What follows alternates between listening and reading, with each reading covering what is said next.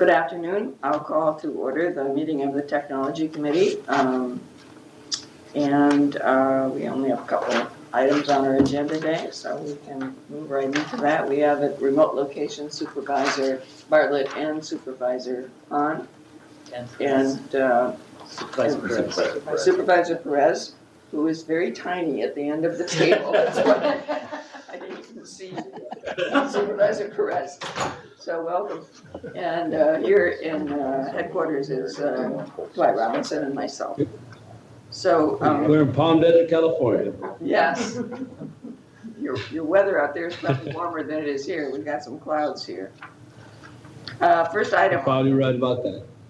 Yeah. First item up is the contract to develop and demonstrate battery electric medium duty trucks, and we have a report from. How do I say this name? Sungbom Hao. Okay. Good afternoon. This item is to execute a contract to develop and demonstrate battery electric medium-duty trucks.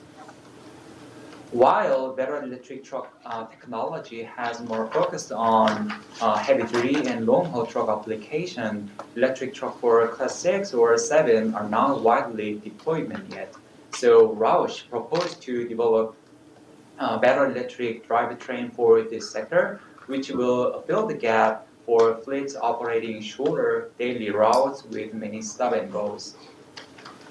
This application also has a potential for local goods movement, transit and shuttle buses, school buses, and utility work trucks. Roush has over 40 years developing both prototype and production vehicles for automotive, military, and specialty vehicle markets. It is also providing 0.02 propane drivetrain for Bluebird school buses. The Roush technology is qualified by OEM. It is not only a trusted, qualified vehicle modifier, but also one of only 3 qualified calibration modifier for Ford, which gives Roush a guaranteed warranty for engine and transmission even after their modification and access to engine control system. This proposed project will leverage Roush's previous work. Roush has developed a concept vehicle in early 2018, which we can see in the picture, and then the vehicle is exhibited in ACT Expo last year. And then this vehicle was for the market test and collected feedbacks from user and markets. By the key lessons learned from this concept vehicle, Roush finalized the detailed specification for their target truck. So what they propose in this proposal is to develop 3 prototype vehicles on the Ford F650 platform. So one initial engineering mule truck, which is testbed truck with prototype components, will be used by their engineering team for ongoing development and system improvement. And the 2 additional trucks will be demonstrated with Penske. During the demonstration, they will collect customer use case data, including cycle requirement and customer feedbacks on usability and performance. At the end of the project, the work plan for product commercialization will be developed, including potential fleet partners and best use cases. So the team is expecting the first commercialized truck will be released on late 2021, which is after this project. So the project team decide on detailed specification requirements, including 100 miles range and 70 miles per hour top speed with 180 kilowatt hour lithium-ion NMC battery, and their expected powertrain efficiency is around 1.8 kilowatt hour per mile, which is a similar range to typical battery electric passenger car due to their specific duty cycle with many stop and goes and lower average speed, even though their vehicle weight is heavier than passenger car. So total project cost is $3.2 million, and Roush and Penske will provide their cost share, and the requested fund from AQMD is $937,500. And the recommended action is to execute a contract with Roush Cleantech to develop and demonstrate battery electric medium-duty trucks with AQMD support from Clean Fuel Program Fund. Okay, this is it. Thank you very much. Any questions on this item? Charging. Yes. I do. Supervisor Hahn. Thank them. Thank you. First of all, I just really wanted to commend the staff on this important initiative. I think this is really great.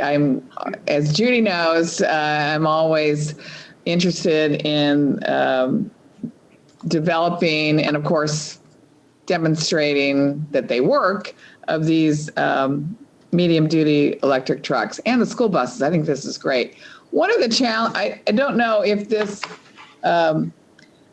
contract speaks to it or if anybody is speaking to it, but I'm become aware that along with developing this technology, the charging piece of it has become sort of a barrier to widespread use of these vehicles. Is there anything in this contract that looks to or evaluates or begins to do research also on the availability of charging stations for these types of vehicles?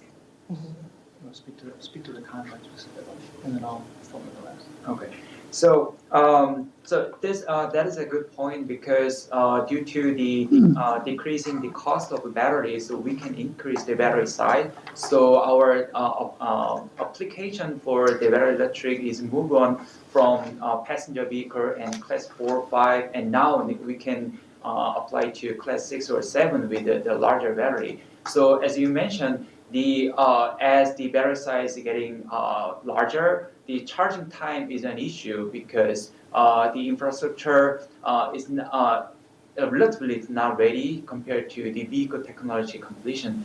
But the SCE, Southern California Edison, they're preparing the Charge Ready program, which is supporting the infrastructure, as well as we have a lot of funding opportunities these days, especially for infrastructure support. So not only this the vehicle development for class 6 or 7 with a larger battery, and then the funding for infrastructure is ongoing now. So and then their commercialization will be expecting around sometime 2021.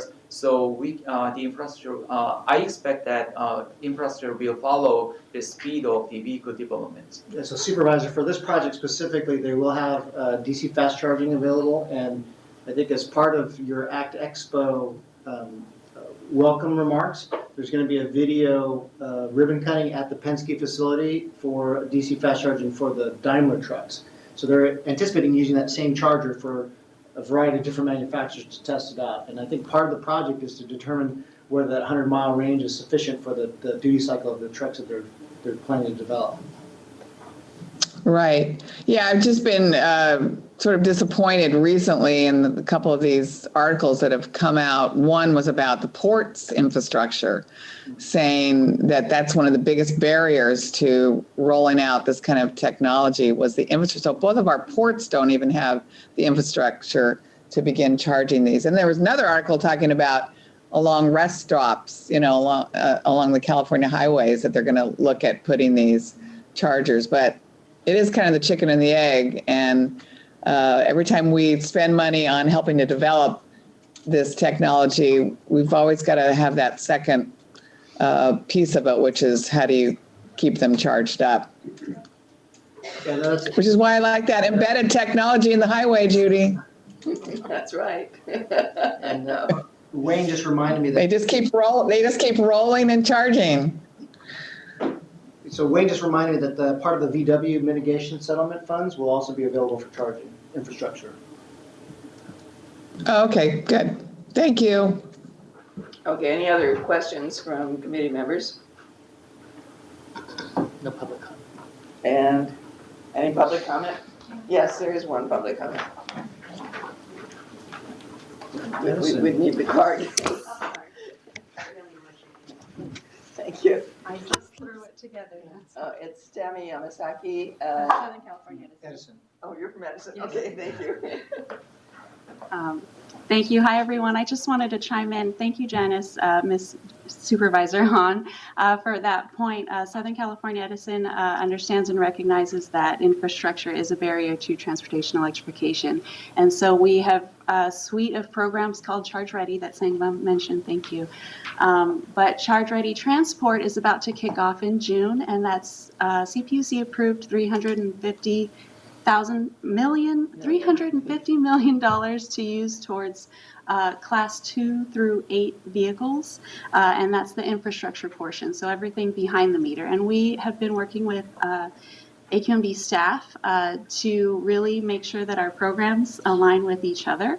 And so I just wanted to let you know that we're working on it, and we're trying to move this along as well.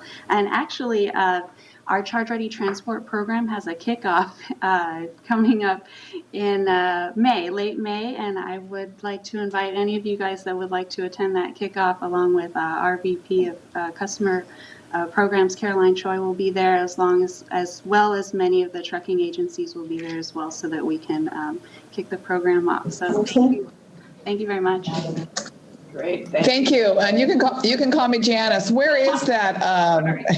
I'm a former Edison employee. So where is that grand opening or kickoff going to be? It will be at our Irwindale facility, the Energy Education Center in Irwindale, and it's on a Monday, I need to double check the date. I think it's May 20th. Thank you. Thank you. I can send you guys more information. Thank you. Great, thank you, Tammy, that's good news. Any other public comment? No, okay, do I have a motion? I'll move the item. So I'll moved. Second. Okay, never mind. Who seconded? Supervisor Bartlett. Supervisor Bartlett seconded, and a roll call, please. I don't think she heard you. Yeah. Supervisor Bartlett? Here. Supervisor Hahn? Yes. Yes. Supervisor Perez? Aye. Councilmember Robinson? Aye. Mayor Mitchell? Yes. Do we need to clarify that? Yes. Okay. Oh, and we just want to bring to the attention of the committee, there's an additional item that we'll be putting in the board letter, which is an administrative item for correcting a previous award for a natural gas truck. It's purely administrative. It was identified previously in October as a drayage truck. It's actually a dump truck. So we're just correcting it, and this will show up in the board letter when it comes to the full board. Okay. We'll move to agenda item 2. This is recognize funds, execute and amend agreements for installation and maintenance of air filtration systems, and reimburse our general fund for the administrative costs. And is there anyone who needs to recuse themselves or declare a conflict? Yes, Supervisor Hahn. Thank you.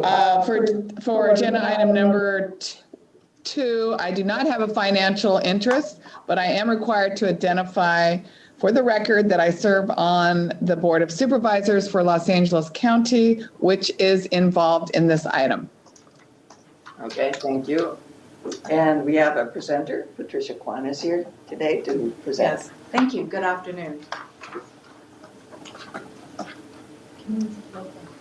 Thank you. So I'm here to speak on this item on air filtration. As some background, the City and County of Los Angeles, as well as the California Attorney General's Office, entered into a civil settlement agreement with SoCalGas. This includes a SEP to install and maintain air filtration systems in LA City and County schools and EJ communities. So IQ Air North America was previously selected through several competitive processes and has installed air filtration. Actually, it's 86 schools since 3 were completed this week. The air filtration technologies, which I know many of you on the committee are familiar with, include high-performance panel filters, MERV 16, as well as standalone units. These have over 85% removal efficiency for ultrafine PM and black carbon. So IQ Air would work with Los Angeles Unified School District and other local school districts in LA City and County schools in these EJ communities to install these air filtration systems with a plan to provide filters for a 10-year period. And there are a number of schools in AB 617 Year 1 communities and local school districts that have been tentatively identified. This is a map of some of the work where we've done previous installations. You'll see the Boyle Heights, East LA, West Commerce cluster, and then down below the Wilmington Carson schools as well. So the focus has been on where violations have occurred in past SEPs, near major roadways, goods movement activities, and sometimes particular geographical target areas outside of these 2 areas. So this is just kind of drilling down into some of the AB 617 Year 1 communities. You can see the schools with the sites with check marks are ones where air filtration has already been installed, and the other ones are potential schools. So the idea would be to prioritize schools according to any sort of environmental health and safety priority list, as well as prioritizing EECs, which are kind of pre-K, early education centers, as well as elementary schools. So the schedule for this would be going to the board in May, anticipating contract execution in July, going through an initial round of school selection and site assessments. There have been about 37 schools tentatively identified with the attorneys involved in the settlement, and we would kind of work through that list to make sure that they all qualify for air filtration. We anticipate that the installation would take place in a 2-year period between 2019 and 2021, and then there would be that 10-year maintenance period from the time that installation occurs. So we would also have some reporting, both annual updates and a final installation report once all the schools are completed, and then annual updates. So the recommended actions would be to recognize the $7.1 million from the LISO SEP fund into the Air Filtration Fund 75, execute the agreements to conduct the SEP, execute the agreement with IQ Air for the installation and maintenance of air filtration systems, and then the contract of IQ Air is needed if there's unspent admin funds to purchase additional filters, as well as to reimburse the general fund for staff time up to $355,000 to implement this SEP. So I am happy to answer any questions you might have. Thank you. Any questions for the staff? Seeing none. Any comments from the board on this item? Supervisor Perez, do you want, your screen lit up, so I thought I'm fine. you wanted to speak. Pardon? I'm fine. He's fine, okay. Is there any public comment on this matter? Seeing none, do I have a motion? I'll move the recommended action. Recommended by Councilman Robinson, And so I'll second it. seconded by Supervisor Hahn. May I have a roll call, please? Supervisor Barnes? Yes. Supervisor Hahn? Aye. Supervisor Perez? Aye. Councilmember Robinson? Aye. Mayor Mitchell? Aye. Are there any other matters to come before the committee? Seeing none, is there any public comment? Seeing none, this comes to adjournment, and we will adjourn until Friday, May 7th. You are bringing it. Okay. Have a great Easter. Yes, happy Easter, everybody. Yeah, Happy Easter. nice weekend. Or Passover, or whatever you may be celebrating. Bye. Bye.